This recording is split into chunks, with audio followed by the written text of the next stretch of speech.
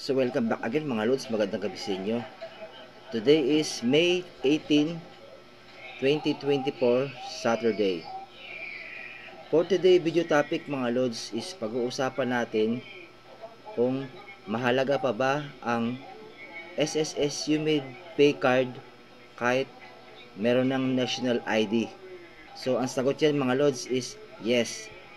Mahalaga pa rin ho ang SSS Humid ATM Pay Card kahit meron ng National ID. Kasi marami pong function ang SSS Humid ATM Pay Card mga Lods.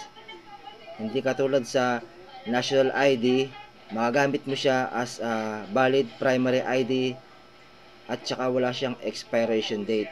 So ang kagandahan naman dito sa SSS Humid ATM Pay Card mga Lods is meron na siyang ATM. So parang ATM card siya na pwede mong gamitin para makapag-withdraw. At hindi lang yan mga Lods ang pwede mong gawin sa SSS Humid ATM Pay Card.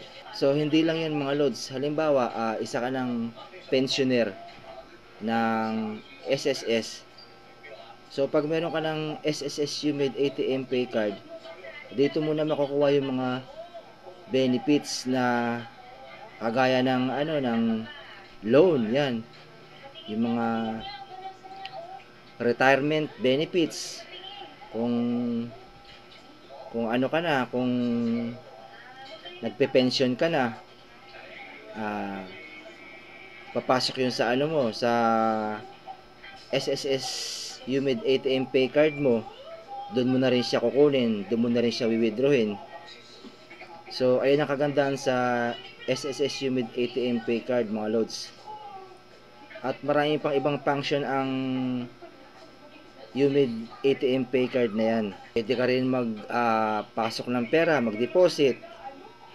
Kung gusto mong gawing savings, pwede rin. So napakaganda talaga ng features ng SSS Humid ATM Pay Card mga Lods. Marami siyang pwedeng paggamitan. Kahit meron ng National ID ang mga tao, nagagamit mo pa rin yung SSS Humid ATM Pay Card. Kaya huwag kayong manghinayang na kumuha nito o mag-upgrade ng ganitong ID. Kasi napakaganda rin ng mga features nito.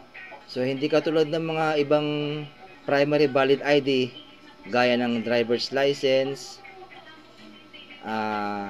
passport, PRC, o kung ano pa man ang mga primary valid ID. Kasi wala naman yung function ng ATM card na hindi katulad sa may SSS Humid ATM Pay Card na pwede mo siyang gamitin gaya ng ATM card. Kahit na may expiration siya, pero matagal mo naman siyang gagamitin. So umaabot siya ng 8 years bago siya ma-expired.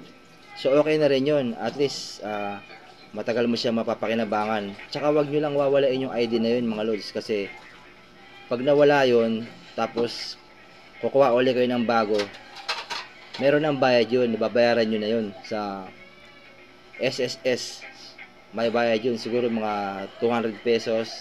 So yun. So hanggang dito na lang mga Lods, maraming salamat. Hanggang sa muli, paalam.